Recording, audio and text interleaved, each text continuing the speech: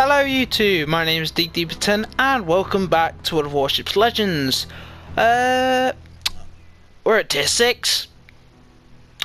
Already at tier 6, boys. And that only means one thing. We're at the KGV, or King George V, also known as KGV just for short, so yeah. But yeah, we're at the KGV, so let's get right into it. So we are running Andrew Cunningham, same build as all the others. I'm still going to go over it though. Base rate is concentrated devastation with increasing main battery shell grouping. We are running as inspirations Charles Madden and John Fisher, both for reload, Fisher for range and Charles Madden for traverse speed, because some of the traverse speeds on these British battleships, especially the lower tiers, are crap. But the higher tier you go, the better. So yeah. We are running flammable cannoneer, gyrating drawbacks, marksmanship, reaching out XXL, and fight fire with fire. We are rank 16, legendary 3. Sadly not maxed out. Because I don't usually play the British battleships much. I need to play them more. But yeah. Okay, so upgrades. Actually no. Yes, upgrades, sorry. We are running Aiming Systems Mod 1. Yeah, must go to for this. Turret traverse speed is okay with this, so yeah, must go for Aiming Systems Mod 1. We are also running Steering Gears Mod 2. Reason being, the rear turret, the angle on the rear turret is crap.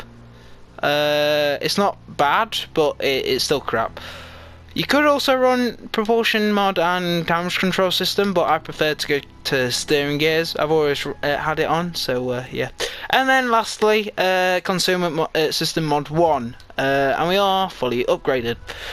Okay, loadout. We are running the 3 spotter planes, because, I mean, I don't have Arthas for Catapult Fighter, and secondary target enhanced consumable, no use whatsoever, because the secondaries on the British battleships are shit. Okay, I'm saying that they're shit. We are running a credit booster just for that, just for more credits, because I want to try and get some older ships, or some ships that I haven't had in a while, like Temeraire. You know, I've had that, but I sold it because it was crap, but I need to get it back, so yeah. But we are running the Dreadnought flag because it's Dreadnought, plus it's got the Union Jack on, so, I mean, it goes with the ship. We are running the Type 9 historical camouflage.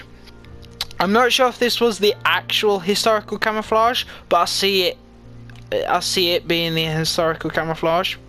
So yeah, specs. So survivability is 72. Hit points, we have 60,500, which is pretty average for the tier 6 battleship. Armor 13 to 381 millimeters. Torp damage reduction is 22%, which is again not bad, especially to Iowa. I always reference everything to Iowa, because it is my most played ship. And I know most of the stuff off by heart.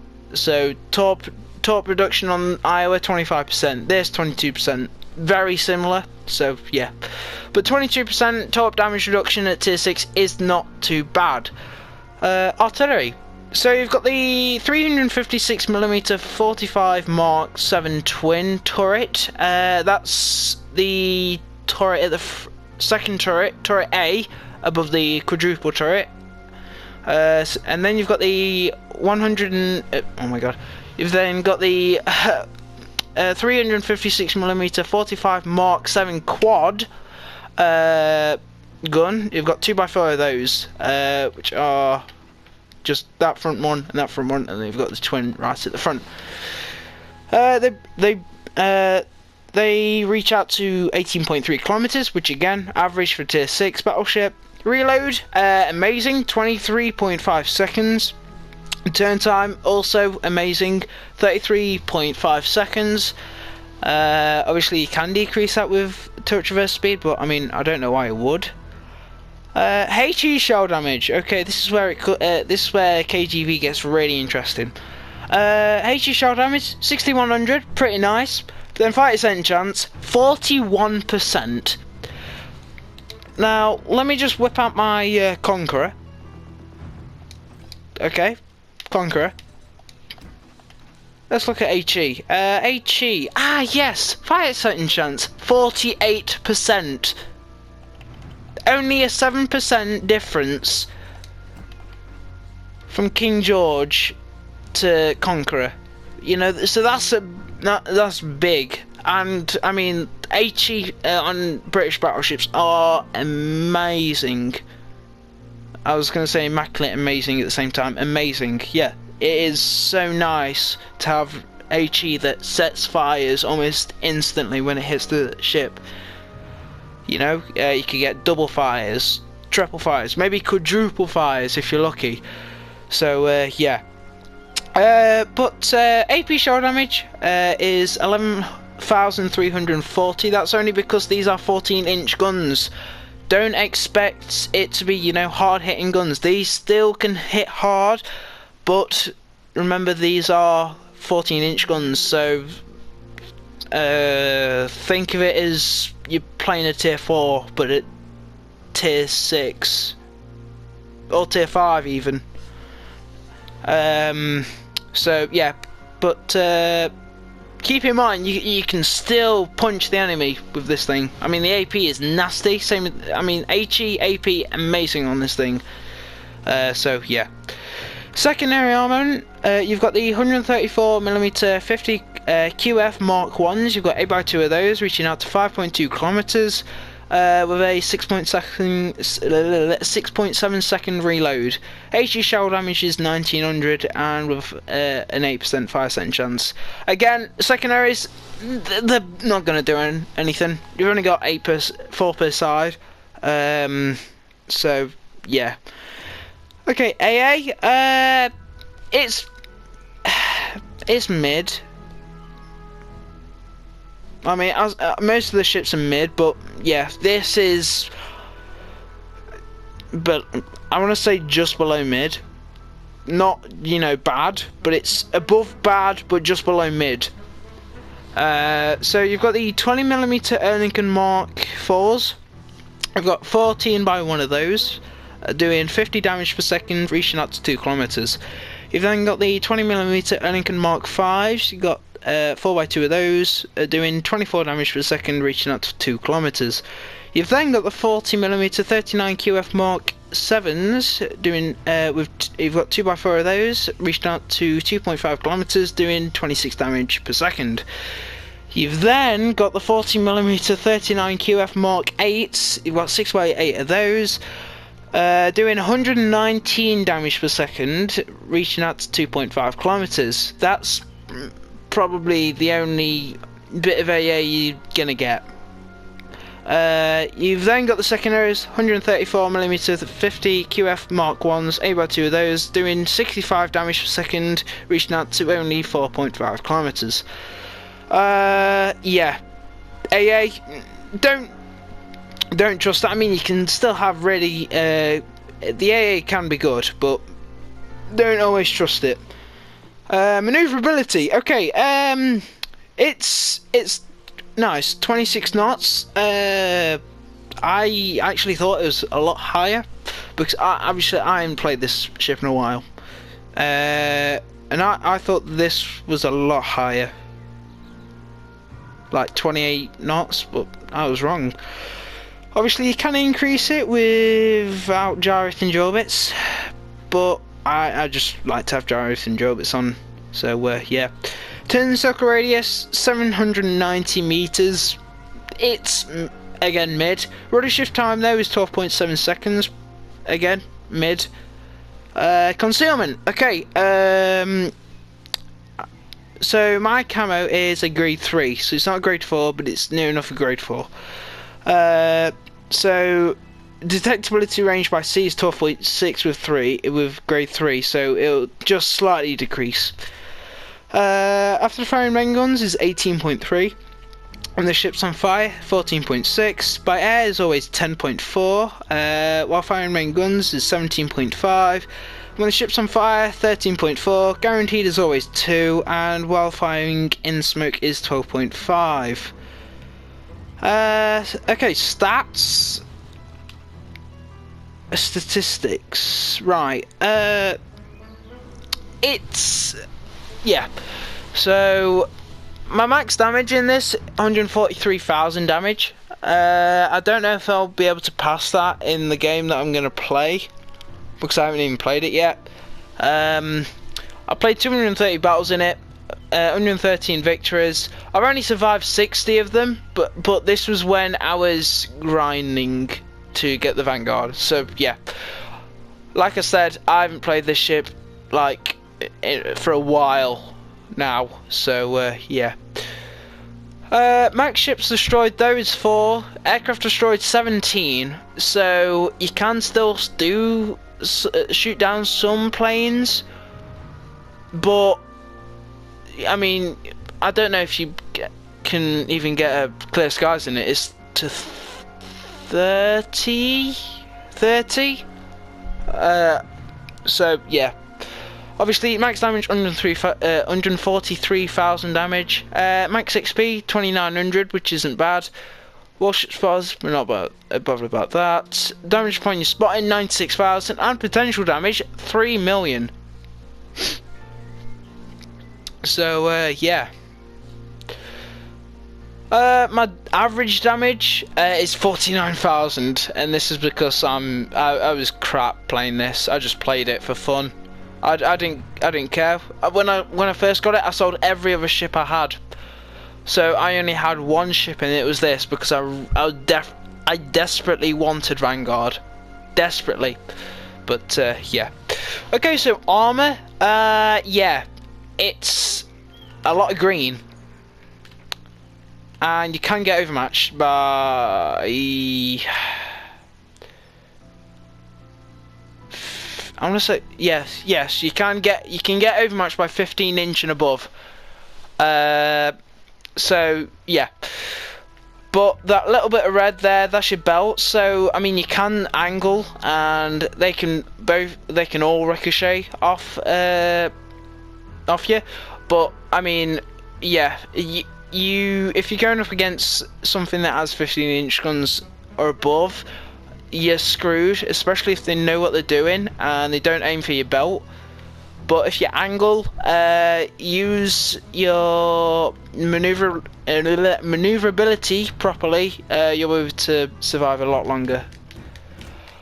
Citadel, very, very nice, right at the bottom, right below the waterline, which is amazing, and you have no turtleback. So I think you can still be citadel in this thing, but it's not rare, but it's not common to citadel this thing, but it can still be citadeled, and you can be chunked for 20k. I've chunked a King George V with my Queen Elizabeth for 20k. When it's broadside, it is not nice to look at or experience when you're KGV. It's very nice to look at when you're the other ship, but yeah. But like I said, if you angle, use your maneuverability properly, use your steering, and use your belt properly, you'll be able to bounce some shells off like a hot knife through butter. So yeah. Okay, overview. Superior HE pen, above average HE shell penetration, definitely. I mean, it's a British battleship. Every British battleship has that, so I mean, I'm not surprised. Primonia, oh my god. Primonia, oh my god. Oh my god, right, that thing, above average fire setting capabilities. Pyromania, something like that. Yes, it is a monster setting barbecues. It really is, and it's very nice to have. So yeah. Modest guns. The ship is armed with low caliber main battery guns. Yeah, it is. I mean, 14-inch guns. They can still punch. I mean, don't get me wrong. They can really still punch, but it would be nice if they were 15-inch. But I think the only upside you have is the HE is amazing on this ship, and I mean the AP is again really nice. But 14-inch guns, yeah. I mean, yeah, just try not to underestimate the ship. It's still powerful. So, King George V, the lead ship of a series of next-generation battleships for the Royal Navy. She was superior for her predecessors in terms of armour, protection and AA capabilities. This ship was equipped with aircraft handling gear due to international armament restrictions. The ship's main guns had a relatively small calibre of 356mm. She entered service in 1940 and there were 5 of them. 3 of which I can... well, two others I can name, but 3 in total. KGV, Prince of Wales and Duke of York, and Duke of York is in this game. So yeah, I don't have it, but yeah. So let's take a look at her. Honestly, she is very nice. She's very nice looking. I must say she is very, very nice looking. Yeah. I mean, when you look at it, you don't. In my eyes, you don't really think, oh, they're not 14-inch guns. But then when you read it, they are. But yeah, this class I think was probably the nicest looking class in the Royal Navy. But I disagree. I disagree. I think it's Queen Elizabeth class all the way. I mean, this ship is very nice looking, but it can't be the Queen Elizabeth class. Especially Warspite. Warspite is probably the most favourable looking ship out of every British battleship. I mean, this would be close, but yeah. Hood again would be close, but it's just too long and too big of a superstructure. I mean, it is still a battlecruiser, but yeah. But altogether, KGV, very nice looking, very powerful ship. I mean, again, I've said this a million times now, don't underestimate the 14-inch guns. They can still punch, especially with the HE. So yeah. But with that being said, I've got to have my tea, and I will see you in the next video, and that will be KGV gameplay. Alright guys, I will see you next time. Also, don't make sure... oh my god, I almost forgot. Don't make sure to like, subscribe, and leave a comment down below if you want to see more videos on Path 2s, because I've got a few other lines that I want to do. I've got Germany, France, Italy, Russia. I've then got the British cruisers, Andy D if I get Edinburgh and Lightning back, Hipper, Path to Hipper, and yeah, that's about it. But yeah, I'll probably get more lines done in the future. But with that being said, I will see you next time in the KGV. Goodbye.